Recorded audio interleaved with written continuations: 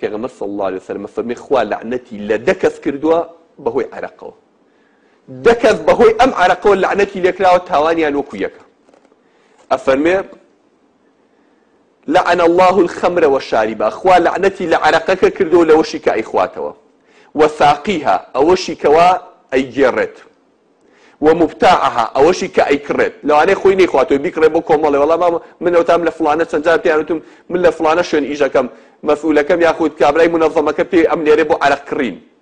ما مصاتوانم هيا أما بيغمرنا كما صلاة والسلام إخوائي لسبيه أفرمد لعن الله خواي قول اللعنتي كردوا لعرقك لوي كأي خواتوا لوي كأي جربيك كي بوتي أكاد لوشي كأي كرد لوشي كأي فروشي وبائعها وعاصرها ومعتصرها أوشي كي كم جاء كريا كي آخر معكي بوغوشي وشي كلي دروسا كان أوشي كموي قوش راوا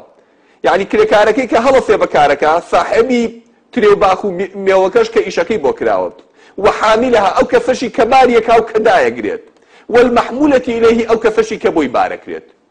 ددانكس أوي لدور لنزيك ودسي هبي لم كاري عرقيا بجداري كردبت